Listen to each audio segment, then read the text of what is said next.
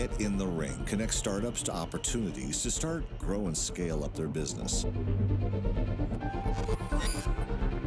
The reason I said yes to this one was because we were coming to the home of Philips and going to spend the day with the Philips executives. All these entrepreneurs that have great energy, they have great tools, and they all want to change the world.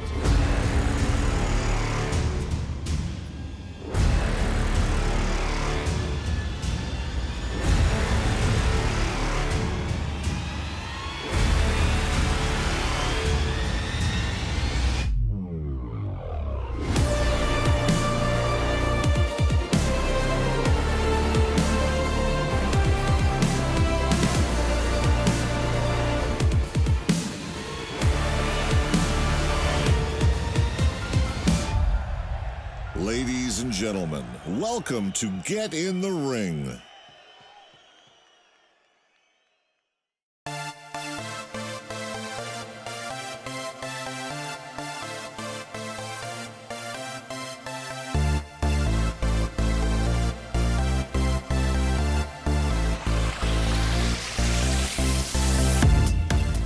And we're live here in Osaka. Welcome, ladies and gentlemen, from around the world.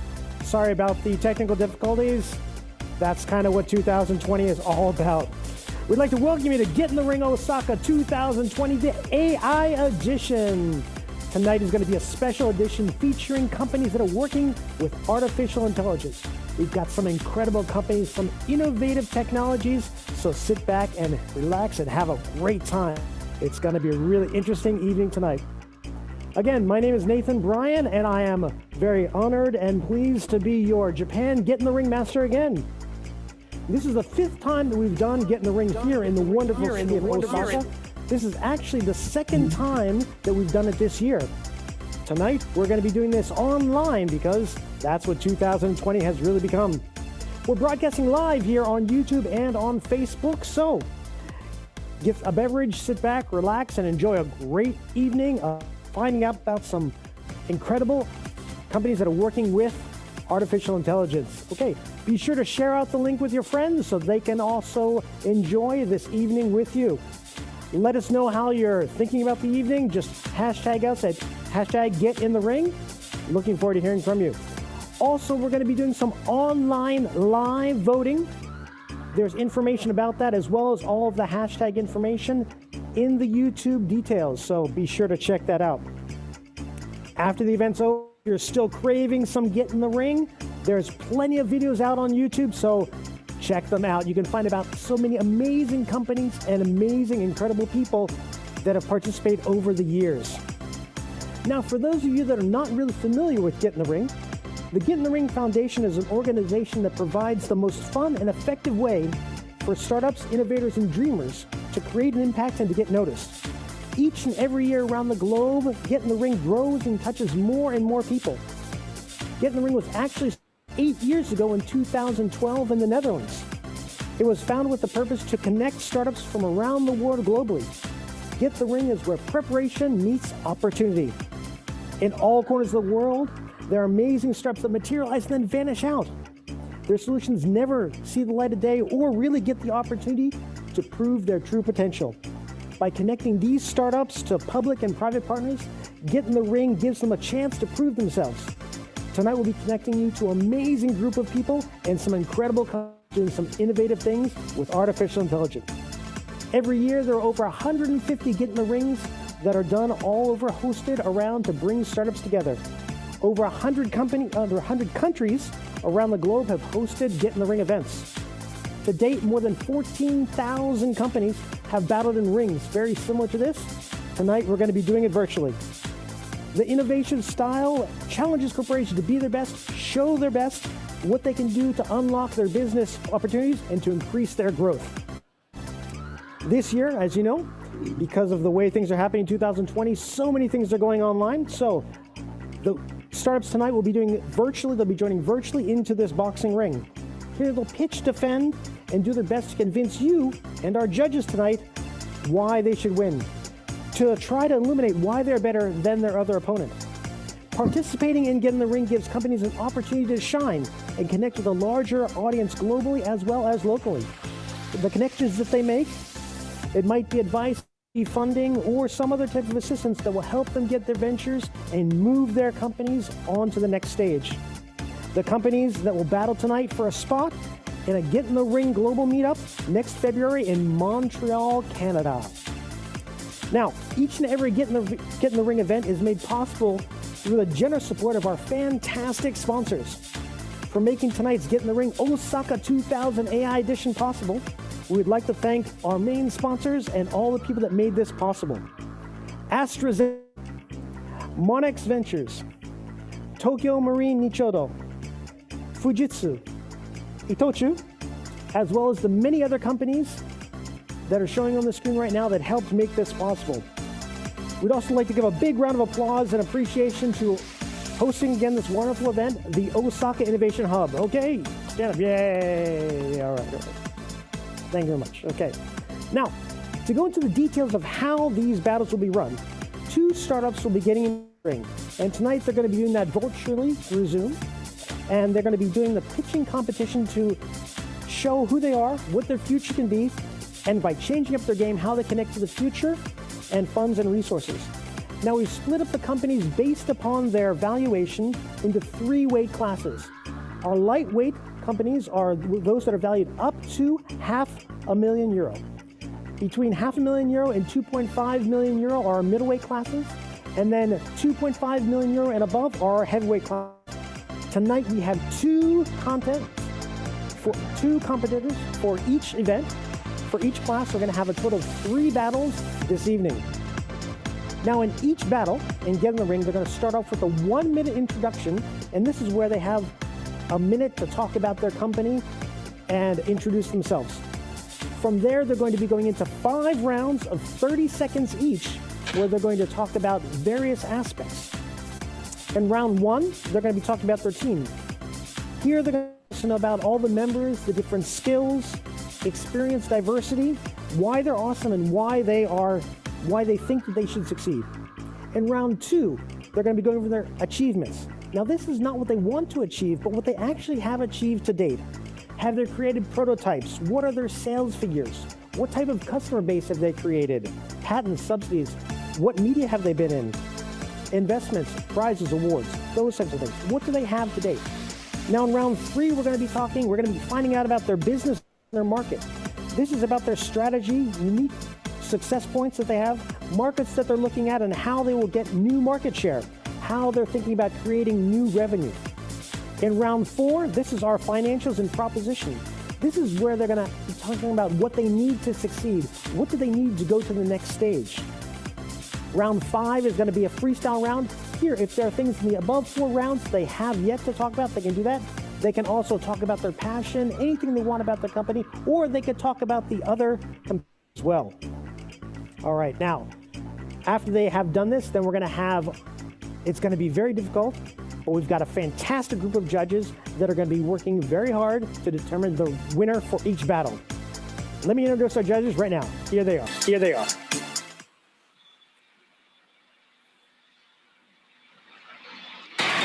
All right. Joining us there are 3 judges joining us in from around the world. In from Singapore, Mr. Ryu Hirota, the principal at Spiro Ventures. Hey, Ryu, how you doing? Hey, everyone. Pleasure to be here. Thank you. Okay. Joining us from Germany, we've got Mr. Tim Minch, the startup mentor, the Japan representative of the German Startup Association, and founder of TransferNet. Hey, Tim. Nice to see you again. Good to see you again. Happy to be here one more time. We've got the co-founder and CEO of Level Up Kakame, Mr. James Coleman. Hey, James. Hey, everybody. Nice Good to see you again. Good to see you again. Okay. All right. So let's talk. Tim, what type are you looking for in a winner tonight? Most important thing to me will always be customer focus and business case. Those are the things that I'm really interested in. How your value proposition is, how you solve the pain point, how good that's analyzed, and how much traction you've generated on that. Okay. How they're going to be moving to the next step. Okay. James, how about you? What are you looking for in a winner tonight? Basically, I'm looking for what difference can the businesses make in the world, and do they see a path, and do they have a realistic path and an aggressive path to get there? Okay, all right, okay. And you, what kind of things are you looking for?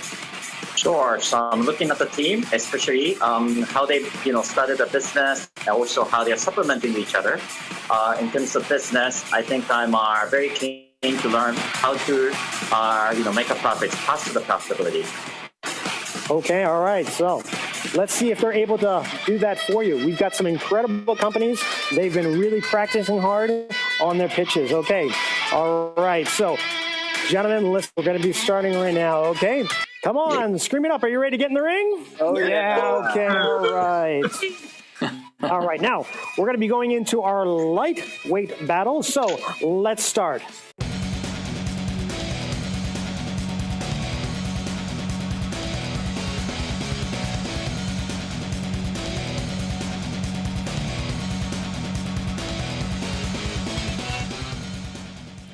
All right, for our lightweight class, we have two fantastic companies. In our red corner, we have Lizuna, Jason Shio. How you doing, Jason? Hello, nice to meet you. Welcome. Okay. Happy to be here. All right, and over in our blue corner, we have from Milk, Daiki Nakaya. Hi, everyone. Hey, nice Daiki, how you doing today? Yeah, good. All good? All right, okay. All right, now, remember, we're going to be starting off with our introduction of 1 minute. Can you each see each other? Yes, I can see each other.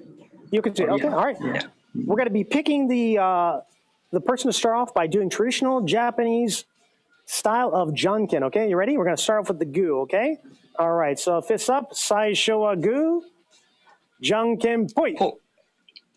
Wait, can anybody see this? Sorry, I was or Thai. One more time. Thai, okay, aiko desho. Oh, he won. Atodashi nashi. Jason won. Okay, Jason. All right, Jason. Okay. All right, Jason. So you've got 1 minute to introduce yourself and tell us all about your company. Ready? Go. 7 years ago, I started a successful e-commerce company on Shopify. Unfortunately, as the sales grew for that company, I soon started running into problems with fraudulent orders. I tried endlessly looking for a solution, but I couldn't find anything. Third-party solutions were expensive and did not allow me to control the fraud system to make it work for my business. So I put up my sleeve and set out to build my own fraud detection system, and this is how Lizuna was born. Lizuna focuses on helping e-commerce merchants analyze, detect, and prevent online fraudulent orders using 3 core components: big data, digital verification, and AI. Fraud is a big problem for online retailers because it's difficult to detect fraud and prevent payment reversals. Online fraud happens when your credit card number or login credential to a payment portal is used by an unauthorized third party and makes a fraudulent purchase without your knowledge. In fact, this is such a big problem that for every $1 lost to fraud, merchants are paying additional $3 for things like losing a product, lost shipping costs, time, and paying for additional bank fees. Okay, time's up. All right, thank you, Jason. Okay, so you've been doing Shopify for a long time. You're running into problems with fraud, so you decide to create an AI way to help people that are doing Shopify. And this year, more and more people are using Shopify and other forms of online shopping and creating stores. So, all right, good. Very interesting, very interesting. Okay, all right, Daiki, are you ready? You've got 1 minute to tell us about Milk and what it is. Ready? Yep. Go. I'm Daiki Nakaya from Milk. We are developing a cancer detection system applying space technology. Let me talk about the space technology first. It's called hyperspectral camera. Hyperspectral camera is a kind of color sensor. It can detect subtle difference of colors. This camera can even tell what the object is by looking at the color. This technology is used by NASA for vegetation distribution or military affairs. In Japan, there is an inventor of this camera. He is also the inventor of the ion engine of Hayabusa asteroid probe.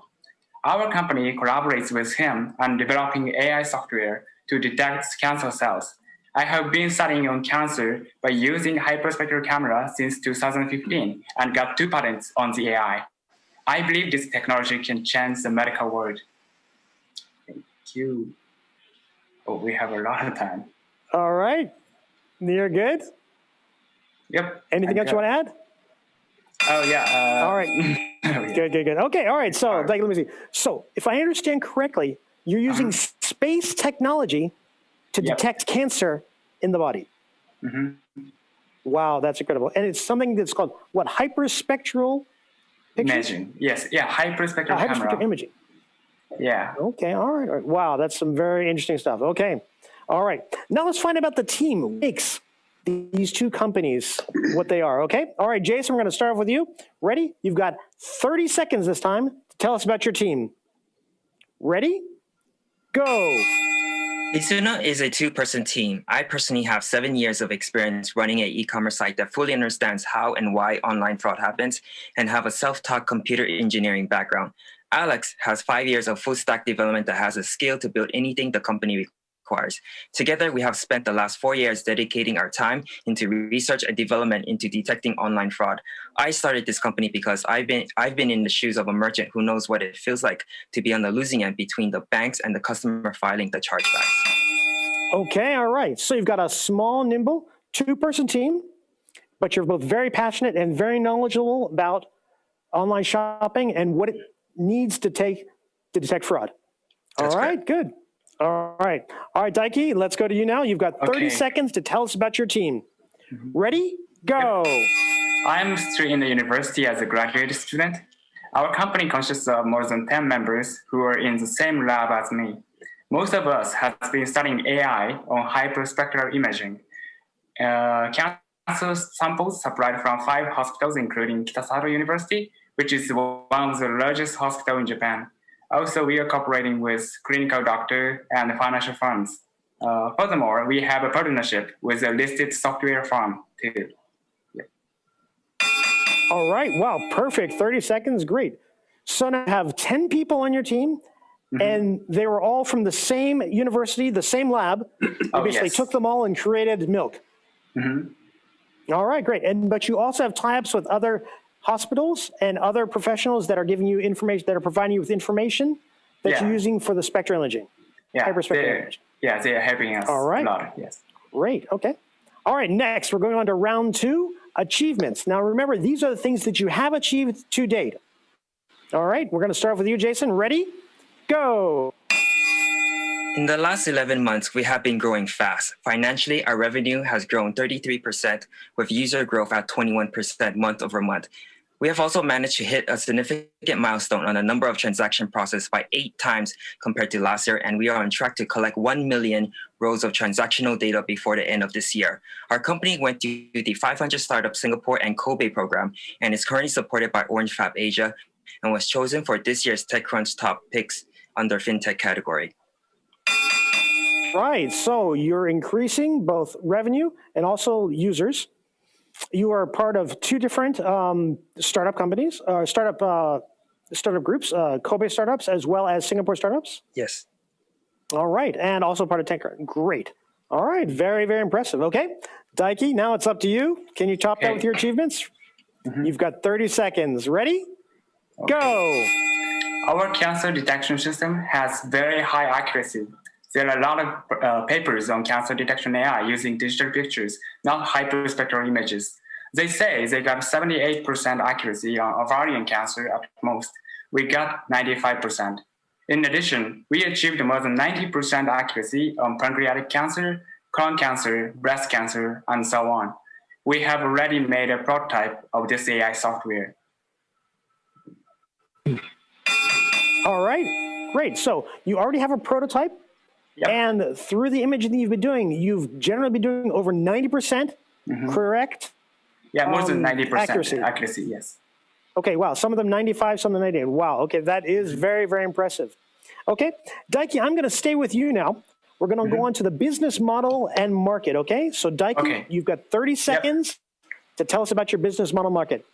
Ready? Yep. Go. As I already mentioned, we're AI developer focusing on hyperspectral imaging.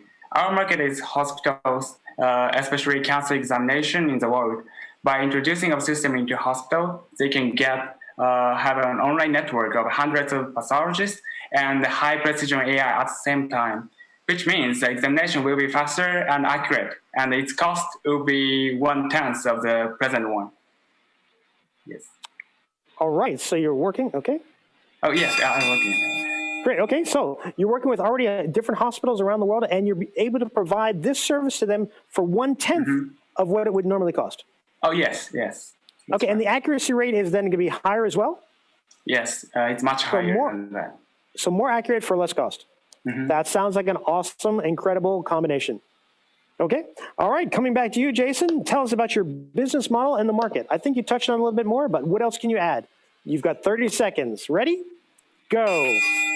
So third-party fraud solutions are expensive and can charge up to 1% for every order. For our pricing model, we have a simple monthly flat rate based on the size of the shop that ranges between $15 and $100 and $1,000 monthly for enterprise. What's unique about the system is that we are able to harness data that is more relevant than the competitors by having the merchants assist us in gathering valuable fraud data, which allows the system to adapt quickly to new fraud behaviors that improve with time and be flexible across different merchants in different industries. Okay, so instead of taking a percentage, which a lot of companies do, you have a flat rate, so that provides maybe it's a better price structure for a lot of places. And plus, you're also improving your AI, you're improving your fraud detection through the use of all of the different shops that are working with you. Yes, so we have the merchants assist us in gathering the data. They assist you in gathering the data, okay? And that then assists everybody because then everybody saves because of fraud in the end. Right. Okay, all right, being able to detect that. All right, great. Let's go on now to the financials and propositions. What can you offer? What are you looking for, okay? Staying with you, Jason, ready? You've got 30 seconds. Go. So we're looking to raise between $700,000 and $750,000 for our seed round. So far, we have raised a family round of $50,000 in 2017. The money will be used to build out a sales team that will allow us to partner with Shopify agencies around the world and offer them a revenue share. We would then hire a dedicated senior ML engineer and senior data scientist that would further enhance the accuracy of the fraud detection system and allow us to expand our service platform outside of Shopify. All right. Okay, great. Right at the bell. So basically you raised money from friends to start off with, and now you're looking to increase. You're looking for about $750,000 to really move forward, to create a sales team so you can move this around the world and move up to the next level. Yes. Okay, all right. Financial and proposition. Okay, Daiki, tell us what you need at Milk to make it succeed better. You've got 30 seconds. Ready? Okay. Go. Our cancer detection system, named Answer, will be on sale in 2022. Assuming 1,000 hospitals introduce this Answer, the total sales will be more than $700 million. We are planning to raise around $20 million in these 3 years, but we are not completely depending on the fund. Hyperspectral imaging becomes very popular in research field, so we are merchandising the analysis service as well. We are expecting your investment. Okay, good. So you're looking to raise about $20 million, and you're thinking that revenue in about once you release it in 2022 is going to be around $750 million. Yep. All right. Okay. So you're going to be providing a pretty good then ROI on that. Okay. Our last round now, freestyle. You guys are going to have 30 seconds to talk about anything that you want to really explain your passion about your company, your people, your team, or whatever you want to talk about, and bring it home. Okay, I'm going to stay with you, Daiki. So ready? You've got 30 seconds. Go. My dream is to be a Nobel Prize winner in physics. There is so much unknown in your neighborhood. Cancer is one of them. We are creating a CT or MRI of the next generation. A hyperspectral camera will show us a whole new world. I believe this technology will help us to reduce the cause of cancer, and I believe this will help people through the future. Thank you so much. All right. Oh, Something else? I'm out of time. Okay, great. All right. So you're looking towards a Nobel Prize in the future because you're going to help detect and maybe then find out the different causes of cancer as well. Hopefully you're thinking that it might go that far. All right. That's very noble, very, very noble thing that you're working on. Okay. All right. Going to close up with you, Jason. Ready? Freestyle. You've got 30 seconds to talk about anything that you want. Ready? Go. So 3 years ago, I moved to Japan to set up a fraud detection company to help small to medium to enterprise companies deal with online fraud issues. With the e-commerce space growing rapidly in Asia, especially this year, we'll be the dominant leader in making a huge dent in the $60 billion that gets lost to fraud globally each year. We currently only serve Shopify users, but we already have plans to expand rapidly and partner up with other e-commerce platforms outside of Shopify. Okay, let's bring our judges in. We've got you, Tim, and James. Okay, some questions that you might want to ask. We're going to start off with you. What questions do you have for Daiki or for Jason? Sure. So I have a questions to Daiki. Can I understand more about your business model? Do you have already pricing tiers for hospital clients and so forth? Have you figured out your business model yet? Okay. Let me explain about more details about the answer. The AI software, and we are trying to introduce it into the hospital. Actually, the user is the doctors, clinical doctors. Who have a communication with patients, and then they will pay for us 7,500 yen per month, and it's a subscription model. So we are trying to expand our users into every hospitals, and they can use our software to diagnose cancer cells every day, and it's gonna be more than $700 million if we introduce this software into the 1,000 hospitals in Japan. Got it. One quick question: how many paying doctors do you have at the moment? Clinical doctors, you mean? How many paying doctors do you have at this point? Oh, okay. For now, we have a relationship with hundreds of hospitals, and then 5 of them are in the collaborate research for now. So we are trying to expand through the conference of the doctors, and then we trying to develop this software by 2022. So by then, we are trying to get more networks. Thank you. Okay, so you already have 100 hospitals with, and you're looking to get 1,000 hospitals that are going to be paying you about what, 750? Oh yeah, 7,500 yen. Yeah. 7,500 yen. Okay, 7,500 yen. Okay, and is that a month or is that a year? Per month, not a year. Okay. Yeah. Okay, per month, and then that should bring in then a revenue of about $75 million, you're thinking? Oh, yes. Okay. And we are trying to expand it to the world, not outside of Japan. So we can, this is a software, so it's very easy to expand, I think. To expand, okay, around the world through doctors' conferences. Okay, all right, very good. Okay, Tim, what questions might you have for our contestants? Daiki, thank you very much for sharing. I want to tap into your product quickly because hyperspectral cameras are already quite well established in the marketplace, and so is the research field of cancer research and cancer recognition based on hyperspectral imaging. So I would like to know what's your uniqueness, what's your say login effect? Why do you think you are going to be successful in the market? There are so many researchers in the hyperspectral imaging field, but they call hyperspectral camera, but the structure of the hyperspectral camera is depending on the manufacturers. So we have a collaboration with the Japanese hyperspectral camera maker, and then the CEO is my professor in my lab. So we have a strong connections with him. And then the hyperspectral camera is very accurate and sophisticated, we think. So we trying to gather a large amount of data from by using this camera. And then this is one of our strengths. And then also we got 2 patents on our AI. This AI is not using deep learning kind of thing. So we can show the result, the reason why this AI judge this tissues as a cancer or not. So it's very easy to tell for doctors the reasons by using this answer. Since yes, thank you.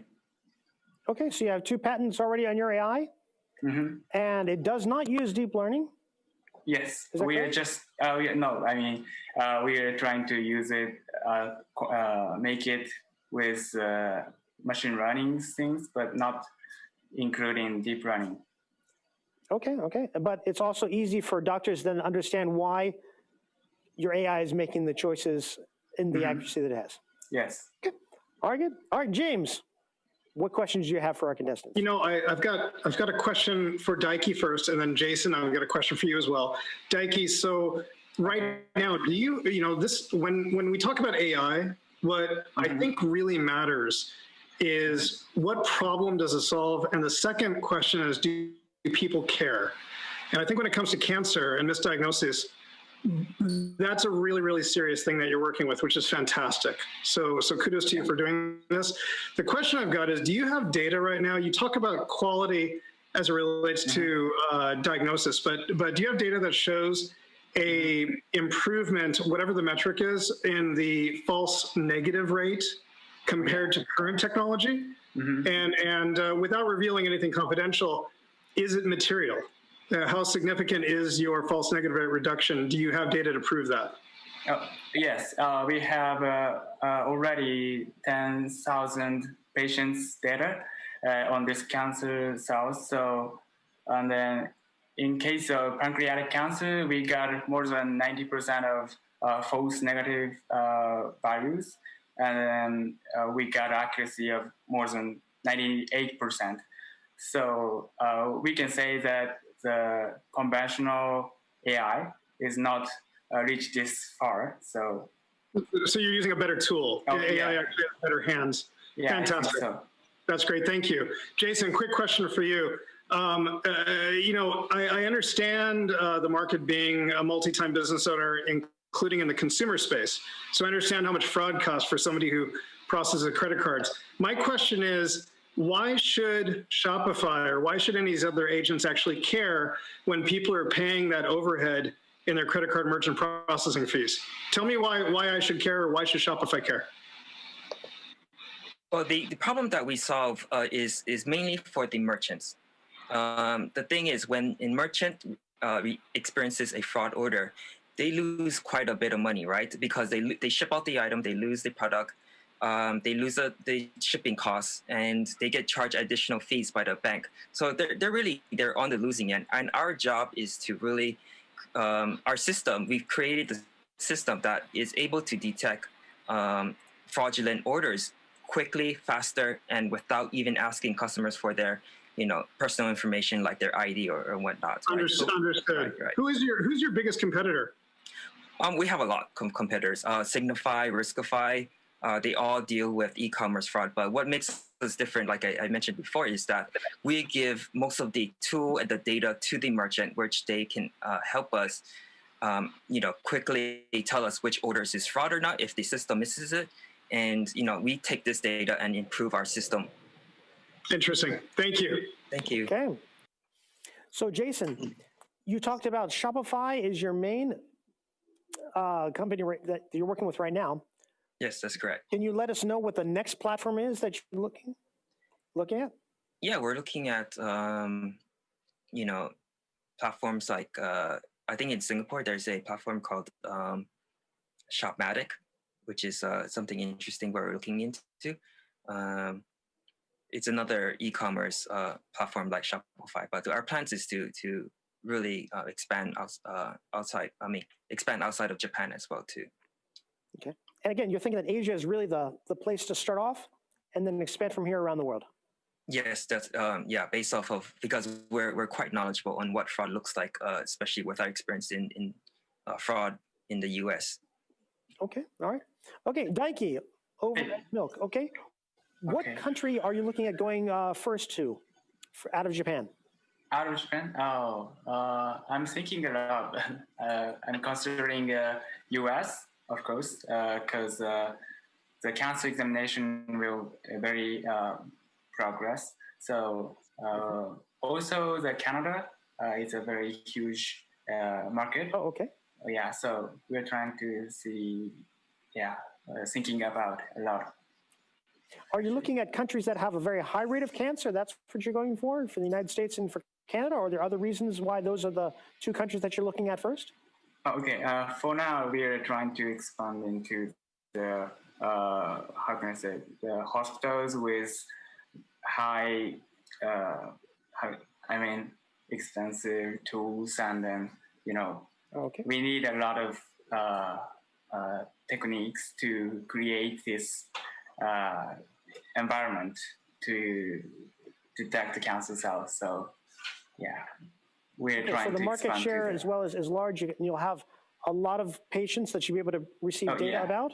Yes. And that'll help you improve your AI and making it smarter. Okay, all right. Okay, so, and the Nobel Prize, is what you're looking for? Yeah, I'm hoping, Okay. So how many types of cancer are you detecting currently?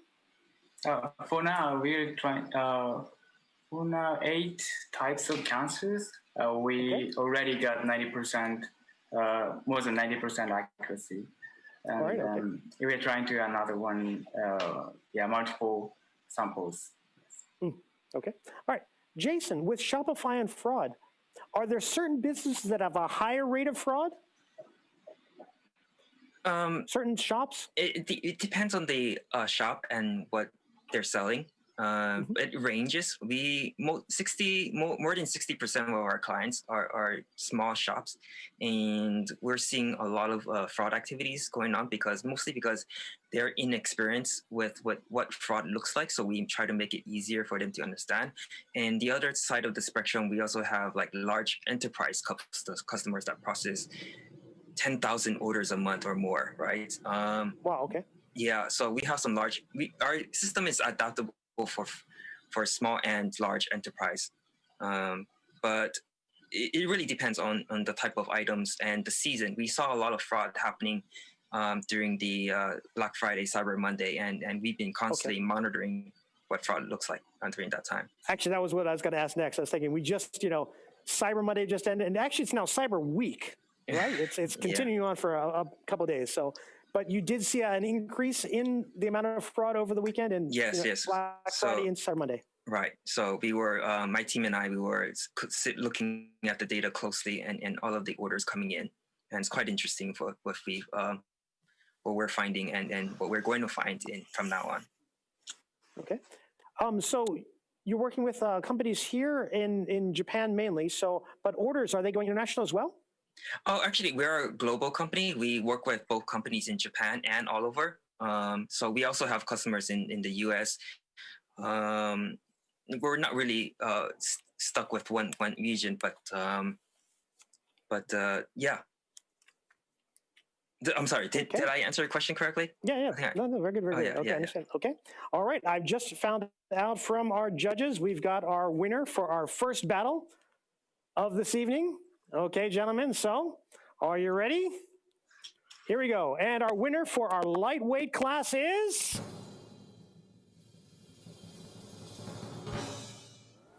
Lizuna. Jason, congratulations. All right, congratulations. Okay, let's find out from our judges here why you picked Lizuna. Ryu, what was your rationale? So first of all, it's very difficult to compare the different sector and different stage of the company.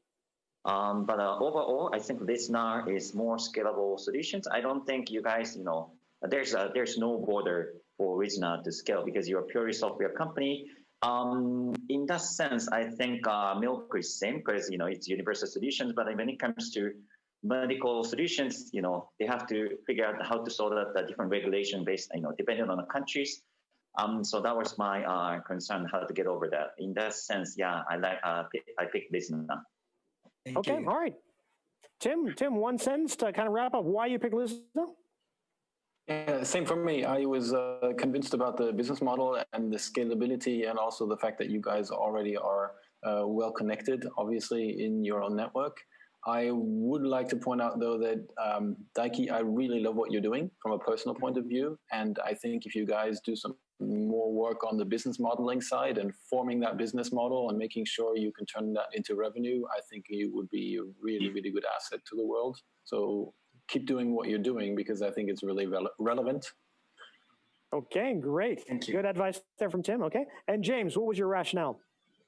So Jason, I think you have a long road ahead of you. I think the financial return, if you can solve that problem, both now and long run, could be fantastic at a business level. So for the lightweight category, absolutely very good.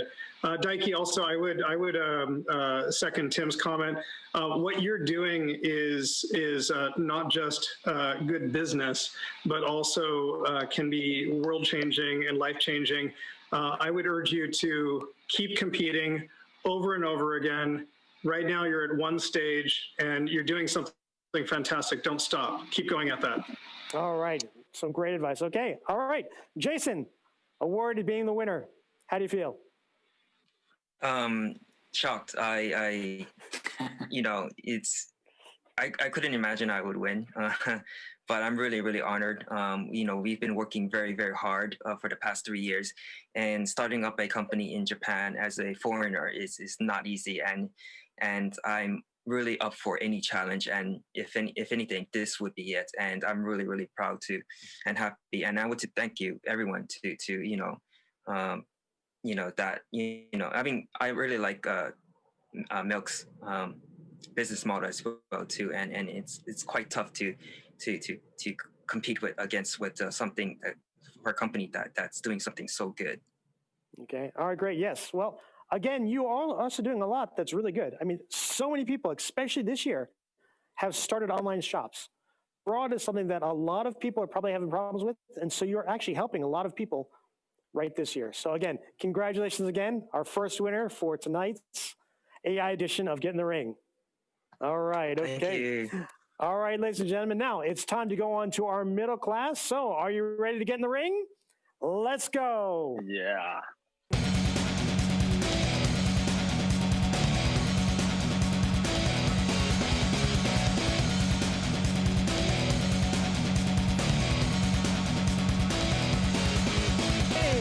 For our middle class, we've got in the red corner, we've got EAGLYS Inc, Michael Kazak.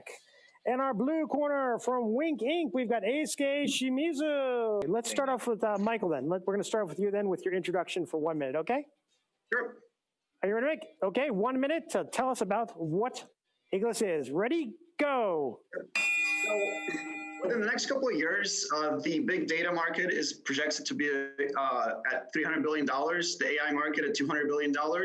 But what is driving all of this, right? And the answer is data and the exchange of data.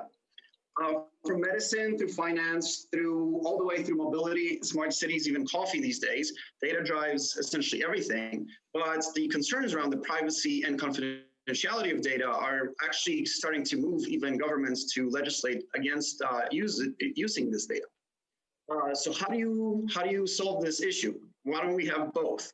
What we do is we actually provide a solution to this with secure computing, where you can actually process over encrypted data that is never decrypted until the very end when you actually get the answer to the question that you seek. Not only allowing you to protect the data, but to share the knowledge that's contained within, with the added bonus of it being actually quantum computing resistant. This will actually help the world share data without compromising confidentiality. Okay, so basically you have a way to encrypt data. So because there's more and more data going around the world, so you encrypt this data, but it can still be searched, it can be used, but it's protected. That's true. Okay, where does the AI part come in? Essentially, what we can do is encrypt the data in such a way that you can still infer over it while it's encrypted, essentially having an encrypted AI. That AI would then give you an encrypted answer. At the very end, would you ever then decrypt it? So you're never looking at the original data or anything that's contained within. So the AI is actually the one who's working with the encryption. Understand, Yes. okay. Yes. All right, okay. All right, Eisuke? Yep.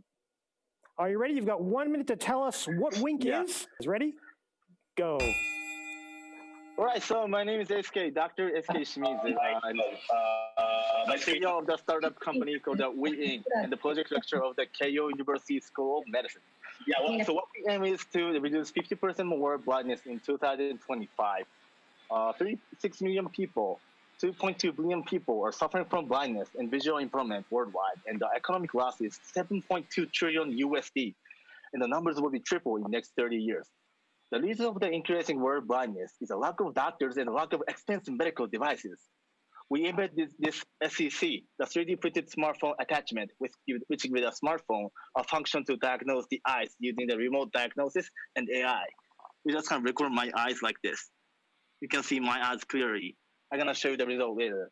So this simple thing will change the world with the change the eye care and prevent the blindness. And that's what we want to do.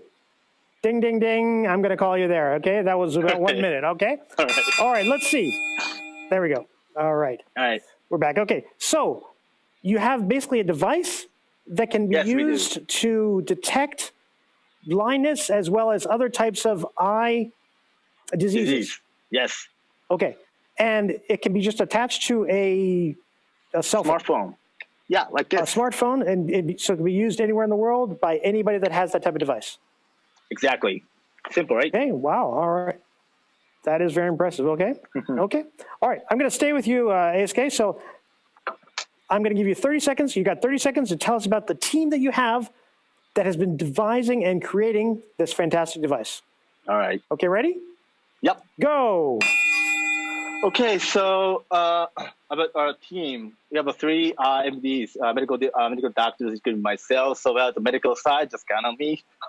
Okay, we have a experienced business building team, which is a member formerly from Wantedly, JICA, General Trading Companies, who's built our business model and knows about the world businesses. We have hardware engineers and designers who created SEC, and of course, 3 AI engineers. So this is the best team to reduce the word blindness. Wow, okay, perfect. So you've got doctors as well as AI specialists that are working. Yes, and I am a doctor as well. Know the field, but also can create the AI that can detect everything. Yes, of course. Translate it. Okay, all right, great, okay. All right, coming back to you, Michael. 30 seconds to tell us about your incredible team there. All right. Ready? Go. So our company was started by 2 AI researchers that actually encountered the problem of obtaining sufficient amount of data to actually run and create AI models, which is always increasingly scrubbed from all of the information. They are also researchers, and essentially one of them is also a lecturer in the field of AI and encryption. Myself, I worked in banking, in e-commerce operations, and I've seen the issue of having data live in a space where you have no control of where it goes. Okay, all right. So the people that found the company, they're very knowledgeable about AI to the point there that they're researchers as well as lecturers. So they're actually instructing and telling other people about AI. Okay, all right, good. And as well as you've got some people that are in financial, such as yourself, that understand the encryption and the importance of having all of the data encrypted end-to-end. Yes, all right, very good. Okay, let's go now to achievements, okay? I'm gonna stick with you, Michael. Tell us about the achievements. What has your company done until now? You've got 30 seconds, okay? Ready? Go. So we've won several awards for our products. We were first to market with our database encryption product about 3 months compared to our closest competitors at a much earlier funding stage than they were. We doubled our revenues. We broke through $1 million mark recently, and we've begun work on our platform that will allow us to shift our software model into the PaaS model to allow more customers access to our products, as well as to be able to control models that run this. Okay, so let me see if I got this right. So you were first to market sooner than you had originally thought, and already your revenue has increased over $1 million. That's right. So it's already started up and running. Okay, all right, great. Okay, ASK, coming back to you now. So you've got 30 seconds to tell us about the achievement that you have to date. Ready? Go. Okay, so our achievement. Number 1, we have a certification in IP. So Smart Eye Camera is a medical device in Japan, and we'll get the CE in this financial year. We only have several international patents as well. Number 2, scientific evidence. As we are the researcher of the KU University, we have 2 peer-reviewed papers and another 3 in revision. The one of our value is to make a scientific evidence prior to our sales. And the track record is we don't have done that in Japan, Vietnam, Mongolia, Zambia, any other places a lot worldwide. Wow, okay, right on the nose there. So you have patents as well as peer review papers that have been written. Oh, yeah. And you've already been using the device in countries all over the world. Exactly, especially Africa and East Asia. Yeah. Okay, Japan, and places where they do not have a lot of the other equipment that you would have in a country such as Japan. Of course, yes, that's correct. Okay, well, all right, very, very good. Okay, I'm going to stick with you, ASK, and talk about the business model and market, where you see your company going. Ready? Oh, yeah. 30 seconds to talk about this. Ready? Go. So it's a hybrid model of selling SEC plus subscription of that AI diagnosis. The target is the non-eye doctor and the consumers. The Japanese government allow us to have the online medical care service caused of the coronavirus. So we can install this SEC online IT system paid by the Japanese government insurance, which is a revolutionary thing in Japan. We estimated about 7 million USD with only 1% of shares. We will prove this series in Japan and take over 7.2 trillion USD in the blindness market. Okay, wow. So you've got a subscription service as well as the actual product that you sell. Yep. And you've got backing from countries like the Japanese government that is helping out due to Corona right now that allows you to do this remote. Yes, wow, and it's financed by the Japanese government. Yeah, great, right? Financed by the Japanese government already to help. Yes. All right, very, very good. Okay. All right, Michael, coming back to you. Your business model and the market. You've got 30 seconds to tell us what it is. Go. So at the heart, we're a software company. We create AI models for our customers as well, and we're developing a platform, which is a PaaS service, right? The other thing is, I already mentioned the market sizes, so I'm going to talk about the actual apparent value that we can very easily demonstrate that the legislature is being created with severe penalties for disseminating information when you're not supposed to. We have several projects with large publicly traded companies as well, and areas as bank fraud and manufacturing things. Okay, so you already have several large contracts as well, and as it becomes more and more, there are penalties for if you're losing data or if data is being leaked. It's going to cause more and more companies to actually need this type of encryption and AI. It's true. So it increases your market. Okay. All right. Very good. Okay. I'm going to stick with you, Michael, and talk about the financials and proposition. Okay, ready? You've got 30 seconds. Go. Sure. So essentially, we are looking to raise about $10 million in the next round. Currently, as I already mentioned, our revenues are above $1 million. Our value proposition is essentially the expansion of our company and going overseas. We're focusing right now on both the EU market and the US market, specifically because of legislative environment that supports our business models. Thanks.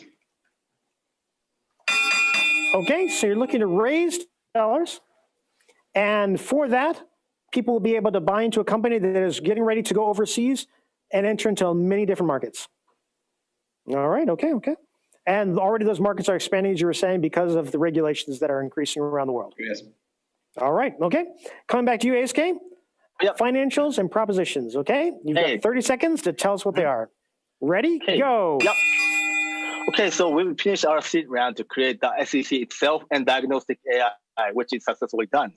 Now, we won several large grants, $1 million USD from Japanese government, another $1 million from IFC, the International Financial Corporation.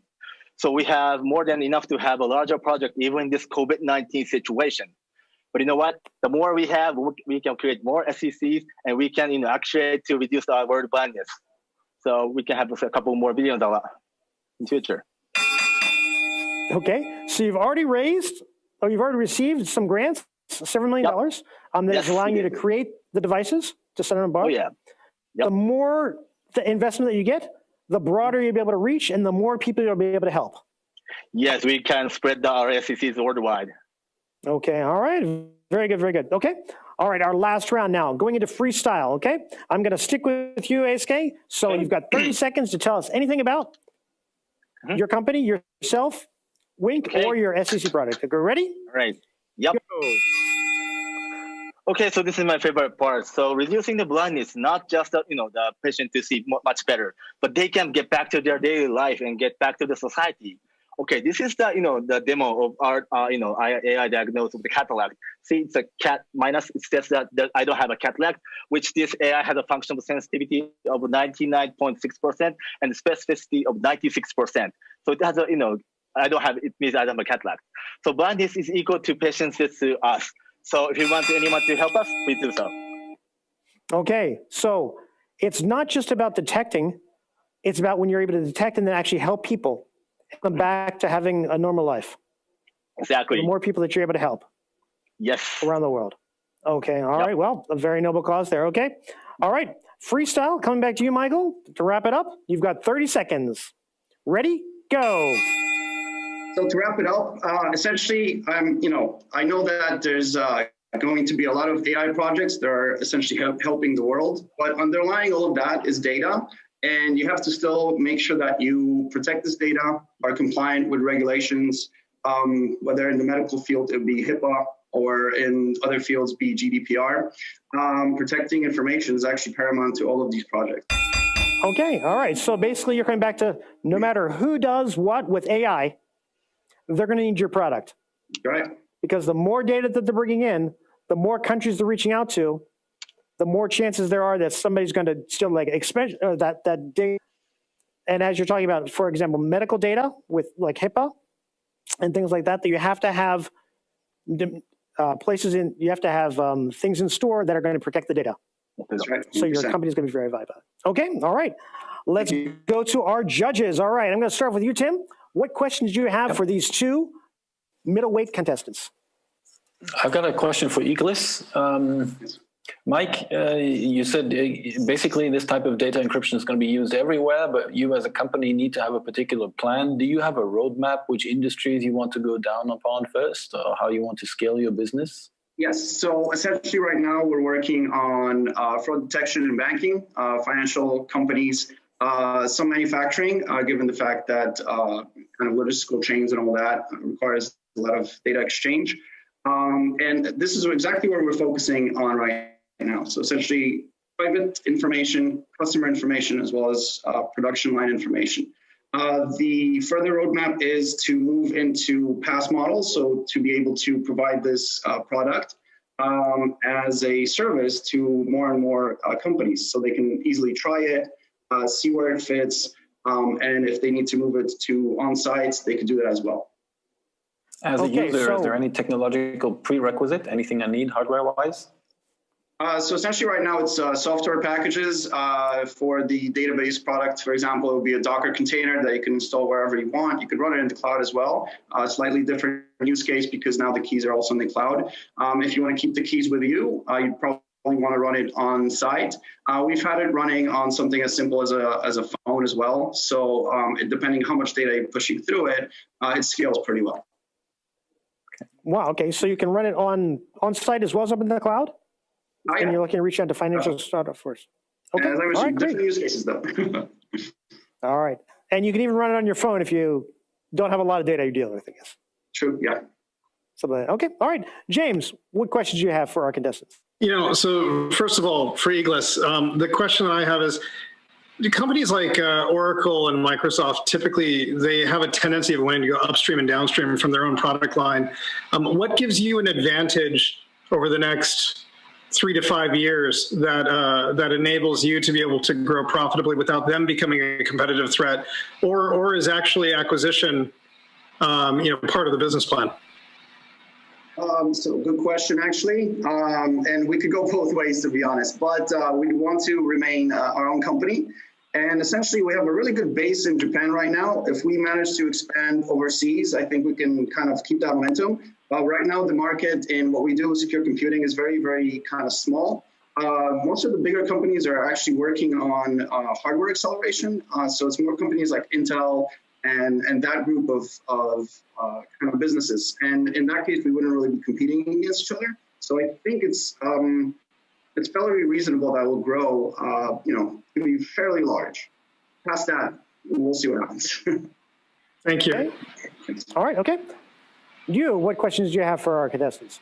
Yes, I have a questions to Eisuke-san. So can you clarify if the end user is only doctor or it includes end users for self-diagnosis as well? Exactly, that's a very good question. So we want to start from doctors because we want to have an evidence first. But as I took a selfie, you can take it on anywhere. The mothers can take their child.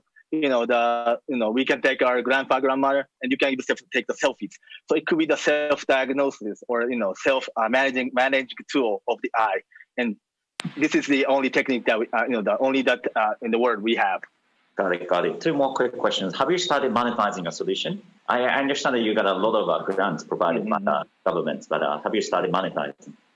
Yes, we do. And we try to do number one, first selling the device, and which is quite good right now. And number two, we are trying to have we're testing the monetized model of the subscription model right now. Got it. And then since you're providing medical solutions, if you export your solutions to other countries, what are the hurdles you have to overcome, and have you overcome those hurdles? Okay, number one is a hurdle that the doctors don't believe the medical device overseas. And since we conquered that because I am the medical doctor, and I went to the Vietnam to prove that this device is very good. And some of our colleagues went to those places and proved that it's good.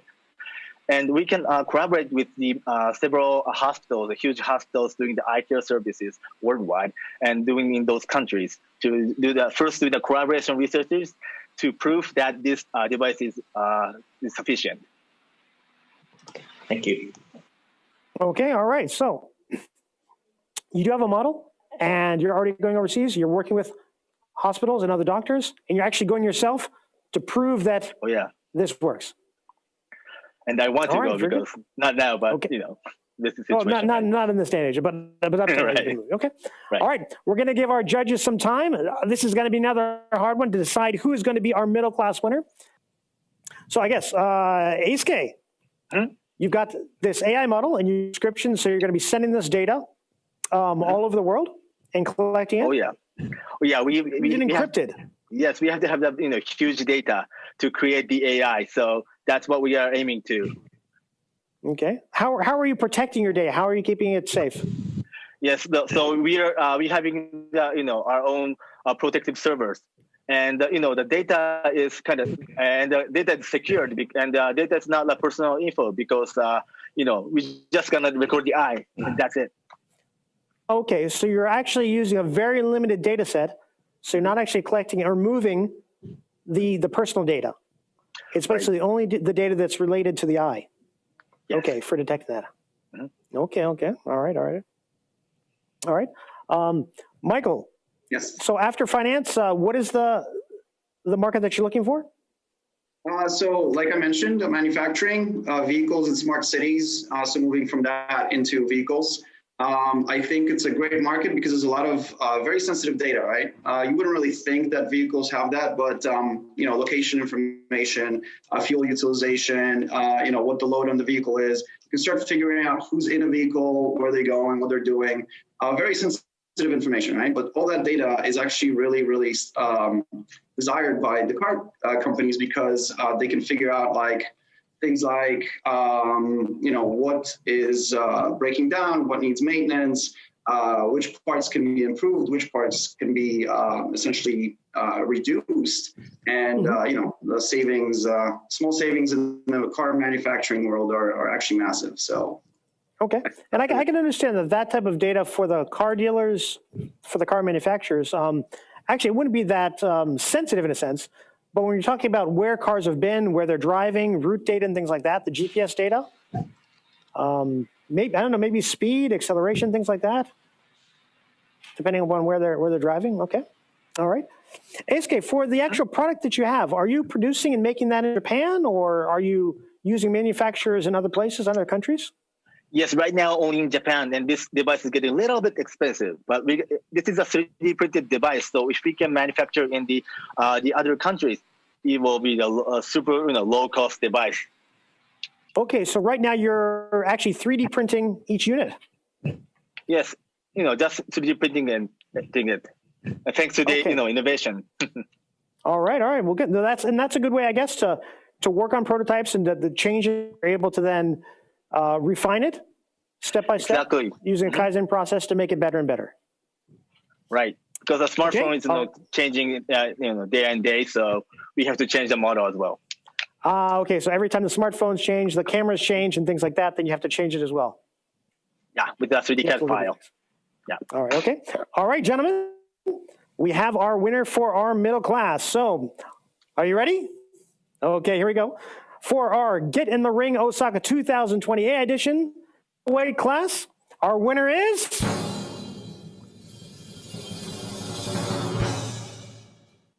EAGLYS. Congratulations. Yes. All right. Congratulations. Let's find out from our judges how they made the decision.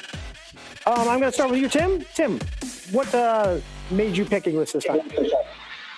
Well, to me, it's about the convincing scalability of the business model and the fact that this data is actually needed. I very much believe in the OUI technical solution. I think that's great, but I think there's still some road to go in terms of capitalizing on the solution. So for a middleweight, I think my choice was therefore with EAGLYS.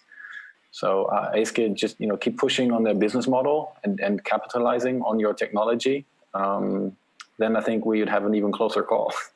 All right. Okay. All right. Very good. I'm sure it was a very, very tough call. Okay. All right, James, let us into your rationale. So some of these decisions are really, really hard for the judges at this stage. And the reason why is because from our perspective, we're first and foremost looking for typically what's the problem you're solving and is it really compelling? And ASK, you and your team are tackling a problem that very, very much like the prior team that I was commenting on with cancer is massive and monumental in the world. It's a problem that will be game-changing for society on so many levels, and I mean that in terms of a multiplier effect. But at the same time, from the perspective of investing in a business right now, on the other side of that, we have to look at traction. And prior to that level of traction, there's several other things, like a go-to-market strategy that just can't fully be fleshed out yet, once you get a taste of where that's at. So similar to Tim, I chose EAGLYS because of the fact that you guys have demonstrated excellent traction, even if it's in the short term. Congratulations on that. So it's a good accomplishment at this stage. And ASK, I would urge you and your team to proceed because you can get there and then go light years beyond. All right. Some good advice there from James. Okay. Drew, let us into why you picked EAGLYS. Congratulations to EAGLYS. You guys have a very good traction and very good business model already working, generating $1 million revenue. So that's fantastic, and so please, keep pushing your sales and marketing to scale your solution. The other, plan.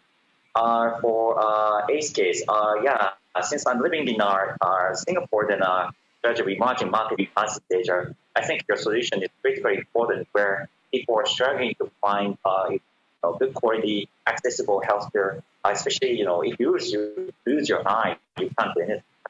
So I think it's critically important to deliver your solution, at the affordable and accessible means to those emerging markets. So please keep yourself up, and then I'm looking forward to see your solution around Southeast Asia. Okay, thank you very much, Drew. Okay. All right, Michael, congratulations. Thank you very much. Winning the middle class. Okay, let us know your thoughts. All right, okay. So you're going to be going off to Montreal, Canada next February. Maybe it might be virtual as well, but it might be actually going in person. We'll see how it goes. All right. Now going into our last battle, our heavy class, okay? Remember, these are companies that are valued at over 2.5 million euros, okay? Here they are. Let's get in the ring.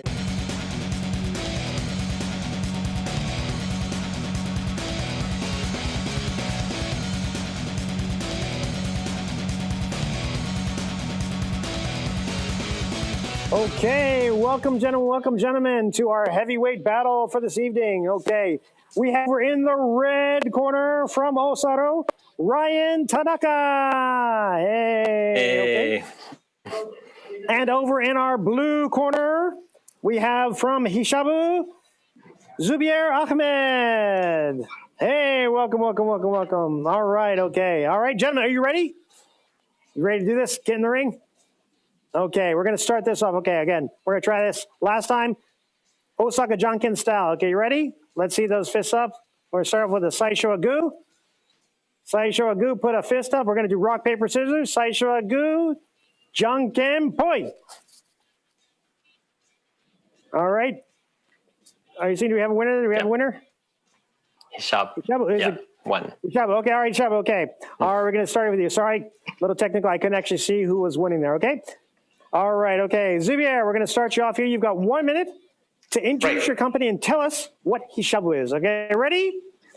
Go! Well, there are about 3.5 billion people around the world who are actually digitally literate. The challenges these people actually face are to download an app or to even use a smartphone properly. Now, there are even softwares that these guys don't even know how to use. Now, post-pandemic, we live in a situation where we're now forced to actually adapt these technologies, and we don't know how. And that's where we come in. We bring in a telephony-based artificial neural network that can actually read and write data into any softwares that we know. Now, we all are IT literate by the virtue of luck, whereas it should have been our right to have that. So what we believe is that humans should ever not learn how to use a software. Rather, software should know how to adapt to us. That's the world we want to create. Wow, okay. All right, very good. You've got a little bit more time, maybe? Nope. All right, good. All right, so basically, you're saying that software should not depend on people being able to read it for them to be able to use it. Right. If you can speak and talk to your software, it should be able to understand you. That's right. And you're making sure that that happens. Absolutely. All right, all right. Very good cause. Okay, all right. Coming back to you, Ryan from OSARO, you've got 1 minute to tell us what your company is about. Ready? Go. OSARO builds machine vision software that uses deep learning to allow robots to seamlessly pick objects that conventional systems can't. So OSARO takes the intelligence of the vision system and puts it in the software instead of relying on the camera. In this way, we work much like the human eye. By doing so, we're able to pick clear, reflective, or deformable items that were impossible before with structured light cameras. And because we're using deep learning, we've eliminated the need to pre-register items for picking. In the past, this would have taken a lot of time and effort to register. Now, whether the product changes for holidays or design, we're able to utilize machine learning to adapt to the changes and continue picking without any interruptions.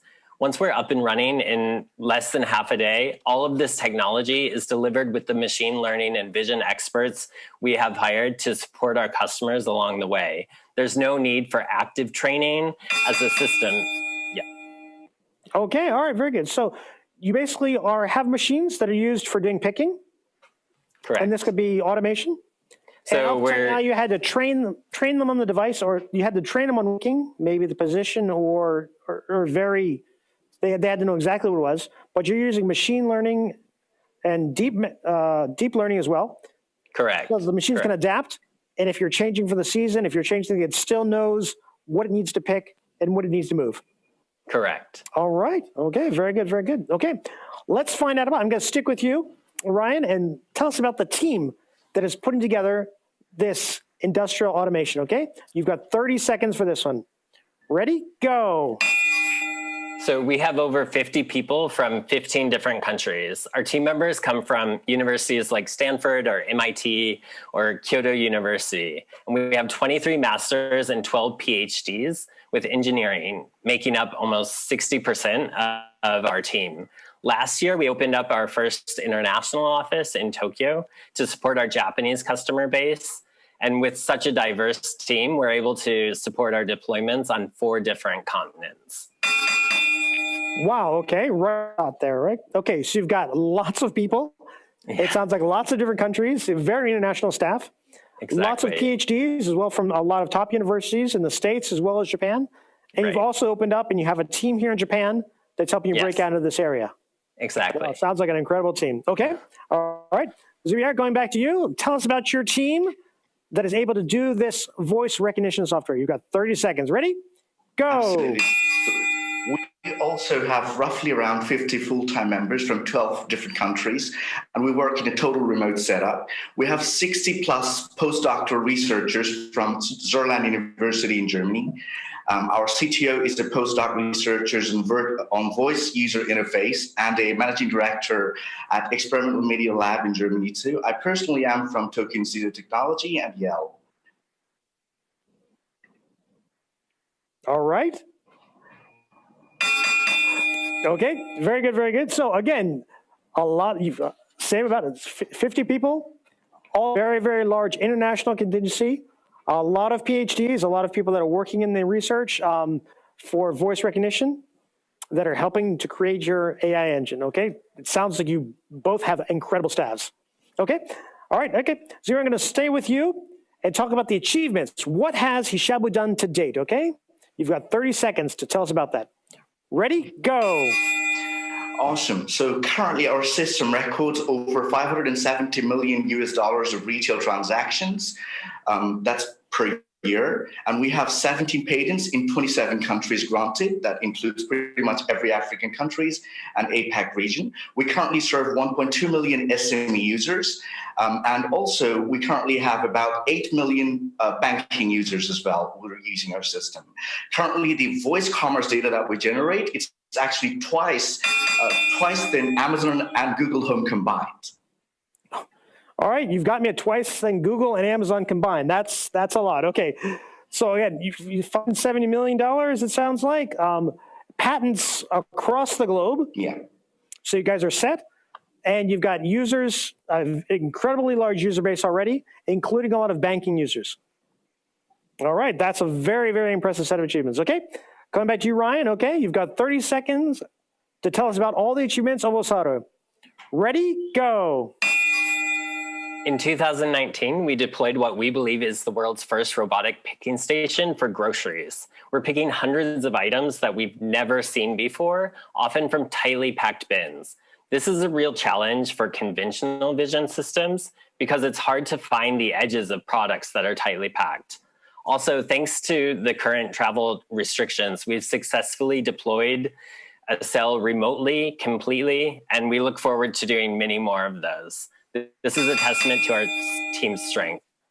Oh, wow, okay, all right. So already your machines are picking things that are not only just singly, but if you've got a whole bunch of stuff that's packed tightly together, it's able to detect the outlines of the single item to pick it out. Right, yes. Okay, and as more and more online shipping, I guess, as more and more things are done remotely, the need for this increased. Exactly. And also, taking these are really large machines. Yep, so there are different sizes of robot arms that are used for different sizes of goods being picked. Okay, but still you were able to remotely deploy a system. Correct, during COVID. Correct. Okay, well, that is a pretty feat there. Okay. All right, I'm gonna stay with you, Ryan, and ask about the business model and market that you have, okay? You've got 30 seconds to let us know what it is. Ready? Go. So by 2024, warehouse automation for parcels, distribution, manufacturing, and is projected to reach almost $250 billion US. In order to reach this market, we partnered with major system integrators like Dematic in the US and IHI in Japan, as well as local SIers to help them support their end users in factories and warehouses. We have strong relationships with all the major industrial robot manufacturers, allowing... Okay. So let's finish it. Allowing them to use your software as well?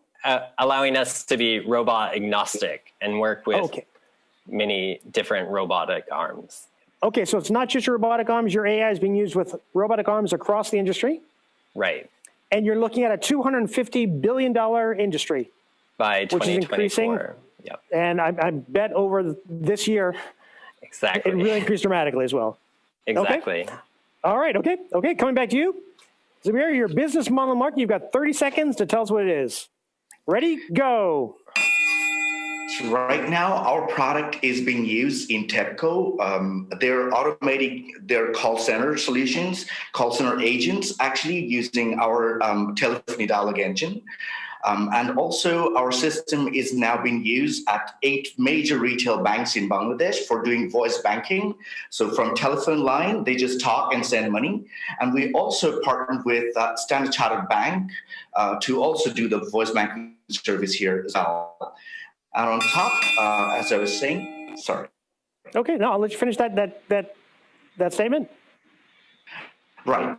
So about those 1.2 million SMEs, they're also using our system, like to actually, place orders or to record transactions that they do every day. Okay, all right. So you've got the 1.2 million people that are using that, and you're already partnered with a lot of large banks, and the banking industry is really taking to your product so that people can just thanks to the pandemic. Thanks to the pandemic again. So it sounds like both of your companies are really actually increasing. The need has increased for both of your companies due to what's been happening this year in 2020.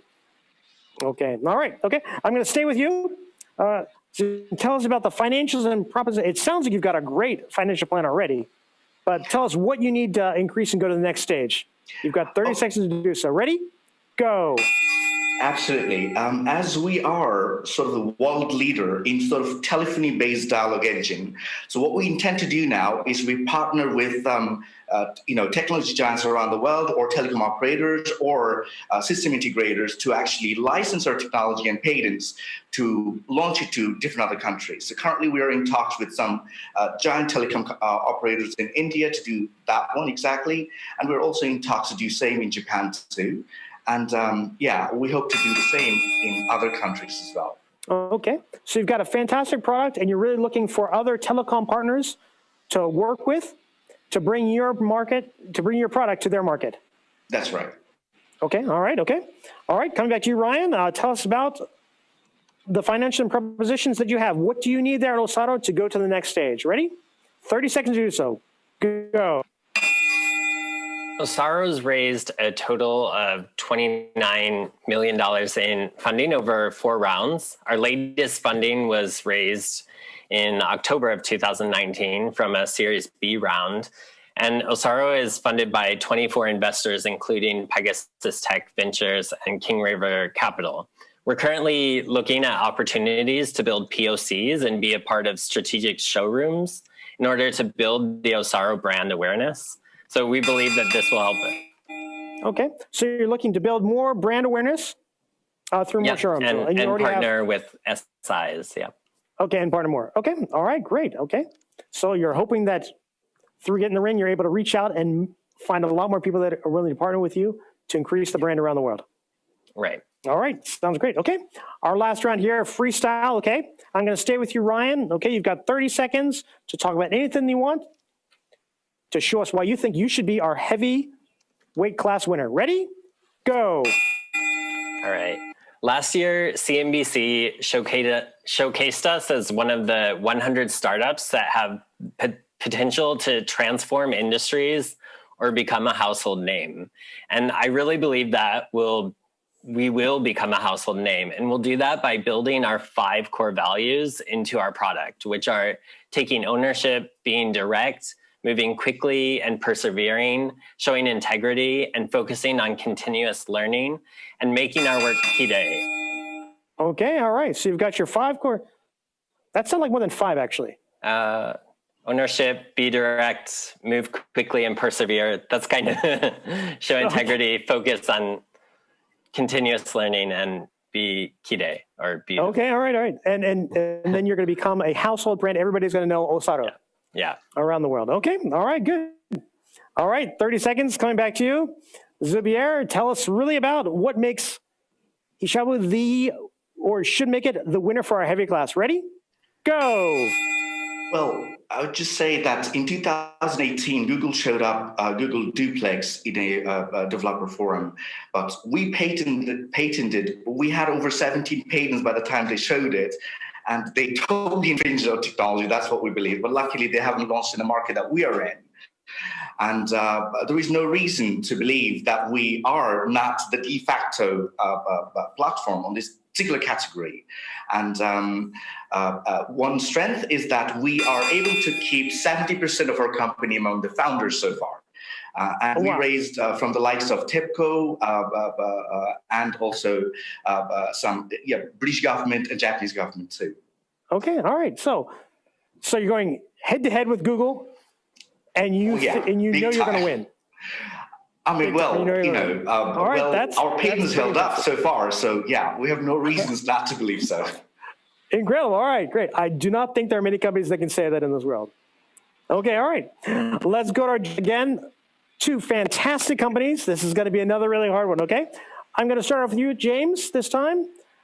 What questions do you have for our contestants? So, Hishab, I think you actually brought it up directly because I was wondering, if Google is not your primary competitor, what competitive threat do you see as the next level competitive threat to your initial position right now? Right. So I think our strength has been that, we started this well before they even thought about it. I mean, they showed it off in 2018. We've been doing that from 2013.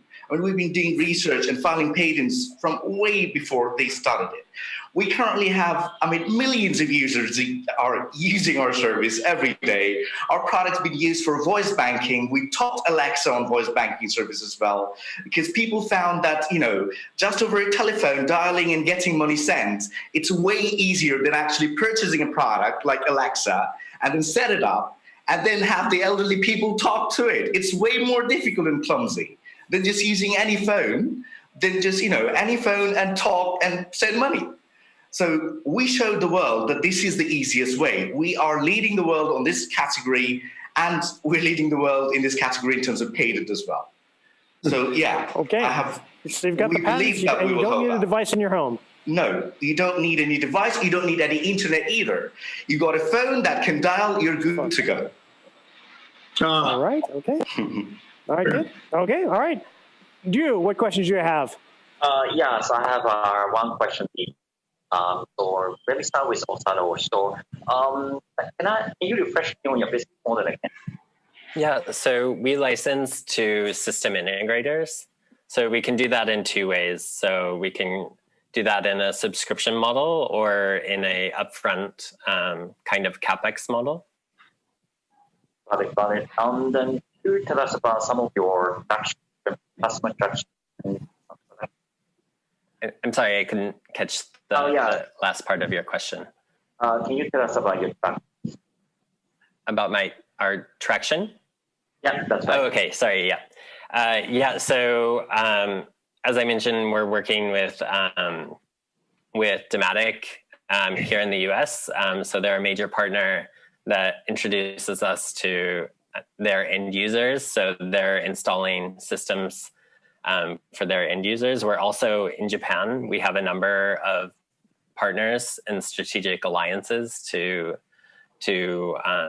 introduce this to customer warehouses and distribution centers. Okay, so your traction is building up. All right, very good. Okay, all right, Tim, what questions do you have for our two contestants?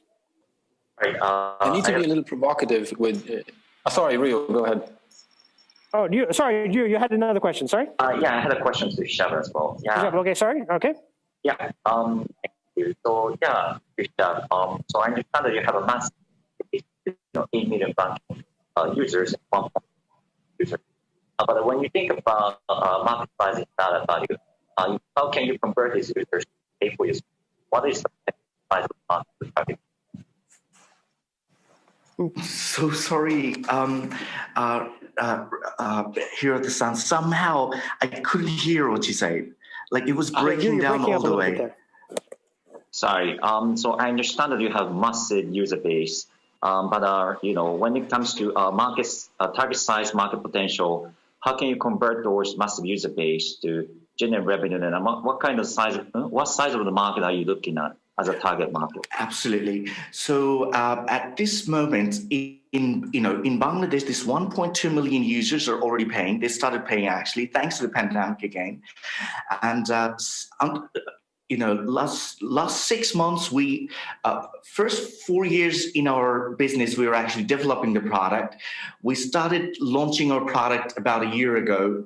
We didn't do very well. We were doing about $20,000 a year. Then the pandemic started, and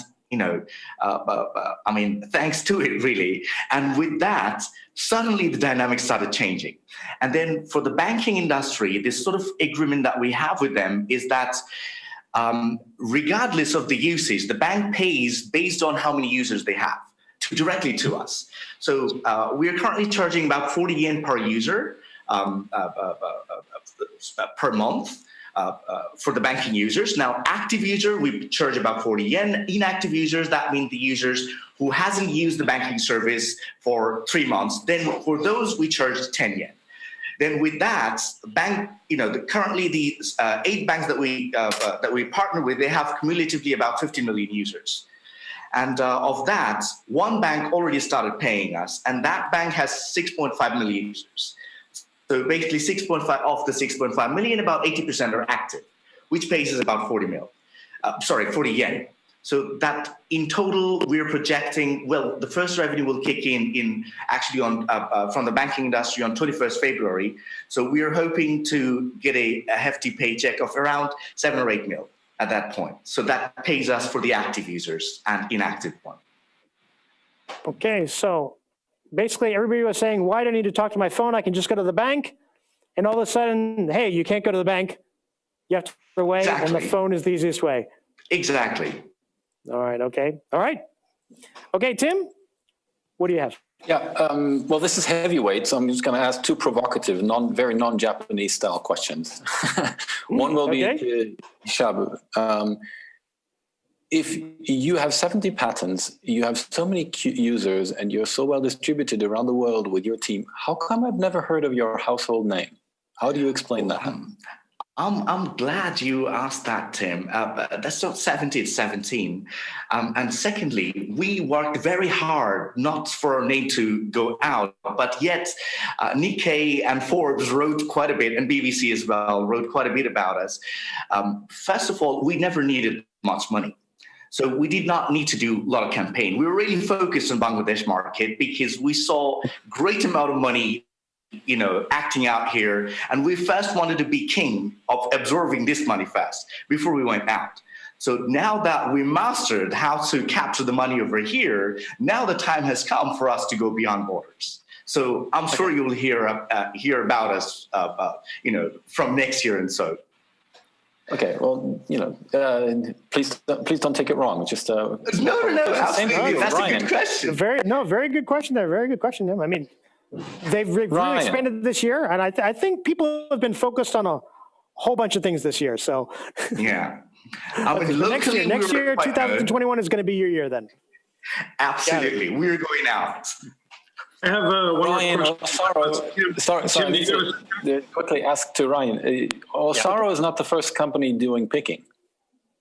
And you're not the first company that's actually adding technology, camera-based and let's say, computer vision-based processes and software in the back end to this entire robotics industry. What makes you so unique?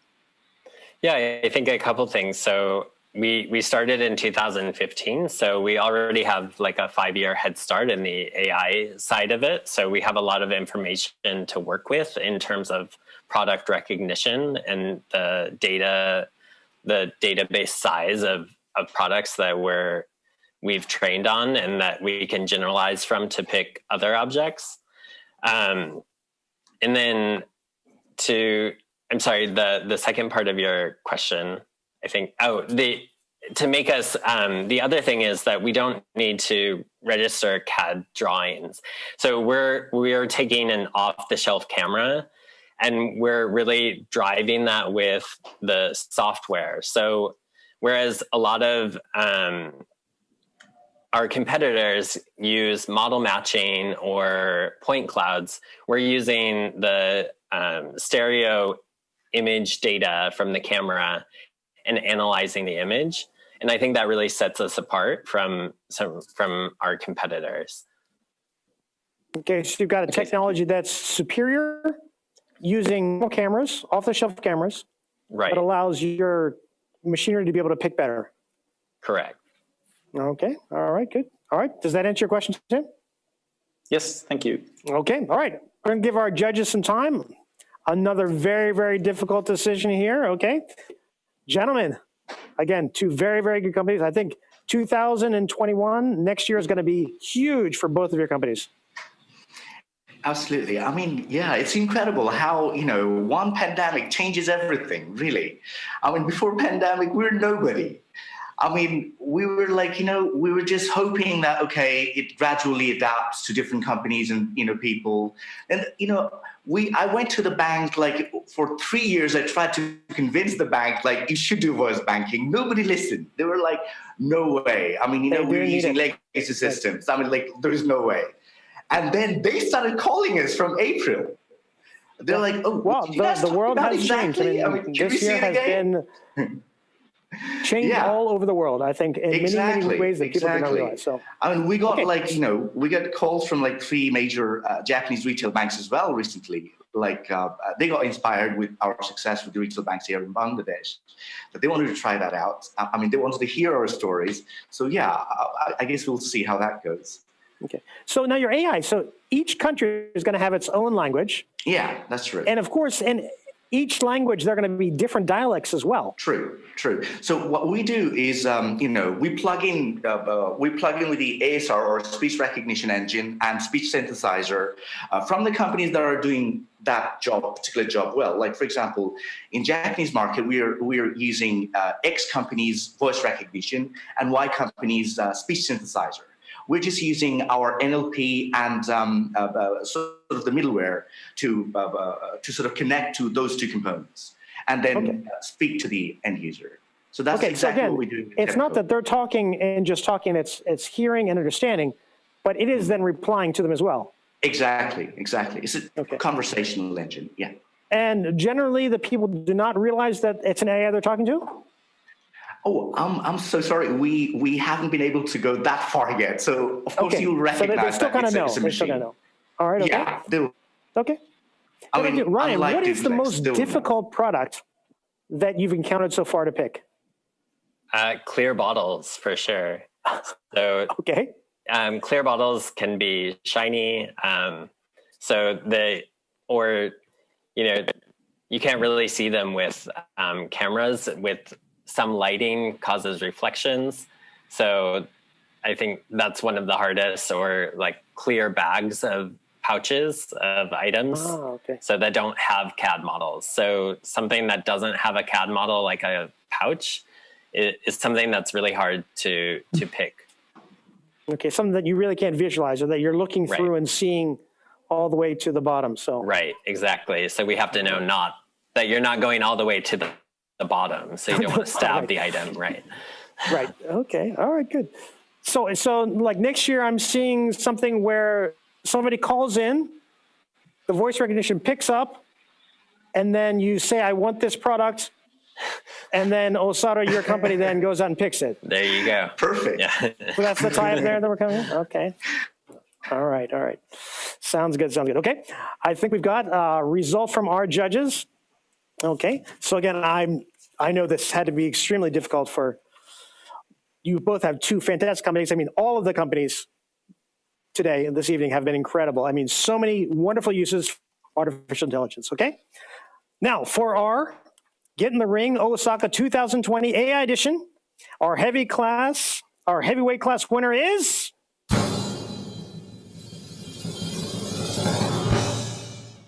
Hishab. Congratulations. Thank you. All right. Wow, we've got our winner for our heavy class. Okay, let's find out from our judges why they made this decision. James, I'm going to start off with you. Why did you think that Hishab was the one to go? It's just like all of these, it is so difficult because there's so much greatness involved in each one and so much passion in each one. I think Ahmed, with the absolute sheer, complete, maniacal focus you've got in the Bangla market, and the fact that you've got the intellectual property portfolio to back that up on a global scale, and with the sheer vision that you have for that, the clarity of purpose is absolutely clear in the way you've articulated every aspect of the business. And so that was the primary reason for selecting Hishab. All right. Okay. Good. All right. You, why did you pick Hishab this time? So basically Hishab started this service way before other competitors started, even Google or Amazon.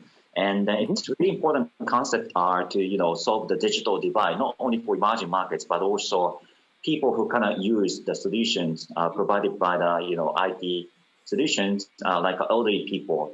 So I think Hishab is really tackling the problem, not only for emerging market, but that can be applied for even the developed markets like Japan, where elderly people are struggling to get a service through IT technology. Rather they if they can make software to help them, that would be really wonderful solutions, and they're really helpful. Yeah, I think for a lot of, for example, smartphones, the button's bigger, or they make the screen easier to see. But if you can just talk to the phone and get everything done, that's going to be a lot easier. Exactly. All right, okay. Okay, Tim, why did you pick Hishab?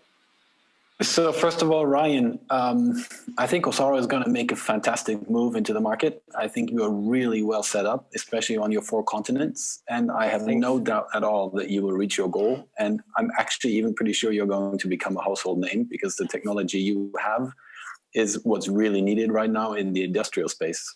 Yeah, thank you. The reason why, kudos, really good, keep pushing.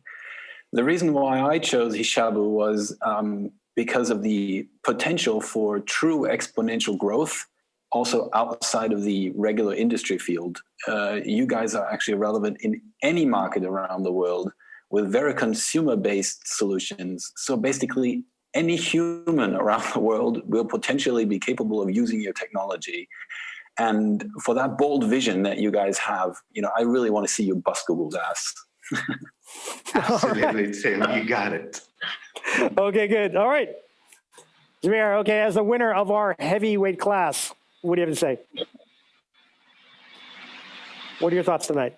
Oh, yeah, great, really great. So, yeah, I'm really glad that you guys saw the same thing that we, believed in for a very long time. Just as Tim was saying, that there's no reason for us to believe that this could not be used by every single person around the world. The thing is that for a very long time, we have forgotten about the 3.5 billion people who are digitally challenged. And now the pandemic has pushed us, like all of us, to actually adopt technology. But these 3.5 billion are not ready. They're simply not ready. They need a solution that can take them, that can sort of mitigate that gap between technology and adapting a new reality. And that's where we thought we should be able to fill in that particular gap. Whereas any person can be able to use any software solutions without the need of having to learn anything. And that's really what kept us inspired, not the awards or anything, but that's really what kept us moving for years now. And, I'm so sorry for the pandemic, but then again, thanks to it, that's because of it, the world has seen what this technology can potentially do to everybody around the world. Okay, all right, thank you. Congratulations again. And yeah, there are really a lot of people in many countries around the world that have difficulty with the new technologies. And if they can only speak to it and be understood, then that would solve so many problems. Okay, so looking forward to hearing more about your company in 2021. And of course, picked by OSARO is going to be a household name as well. Okay, we also have some other special awards tonight. So let's bring out our winners now. Our first award is the PRTIMES Award. And our winner for that this evening is Wink. Congratulations. All right. The next award that we have is our FUJITSU Award. And our winner for that this evening is EAGLYS. Congratulations. Thank you. All right, okay. Our next one is our AWS Award. And this one is going to go to EAGLYS again. Okay, racking up another award. Congratulations, congratulations. And our last but not least award, this is our Kobayashi Wine Award and is being awarded to the company that got the most votes online. So up until December 2nd, we were having online voting to see who people around the world thought was the best company. And our winner is Milk. Congratulations. Thank you so much. All right, okay. Thank you so much for tonight, for participating in this. It's been wonderful hearing about all the fantastic companies that you have, all the things you're doing with AI, and really what is going to be amazing, I think, 2021. And we can all then forget about 2020. I think we're probably all on the same page on that one, okay? All right, so we're going to take a screenshot here. So as is happening all around the world on these online meets. So everybody smile, ready? 3, 2, 1. Nice, all right, great, okay. Thank you very much. Okay, now, representing Osaka Innovation Hub, one of the people that had made tonight so special and made it possible, please put your hands together for Yuka Tsukui. Hi, everyone. Thank you for watching us tonight. We, Osaka Innovation Hub, support startups to take on global business challenges. And we host this event to connect startups globally. We are honored to be hosting this event for the 5th time. We would like to thank all the people who helped make this happen. Thank you to the crew and great team of interpreters and fantastic group of judges. Also, thank you to our extraordinary wingmaster, Nathan. But we couldn't have done it without the support of our sponsors. We'd like to thank them all again. AstraZeneca, Manex Ventures, Tokyo Marine & Fujitsu, and Itochu. Also, we are grateful to all our partners. This year, we had so much help to make this happen. Thank you. We would like to thank all the startups who participated. This is a new beginning, moving toward your wonderful vision. We'd like to continue to support each of you with our partners. Thank you.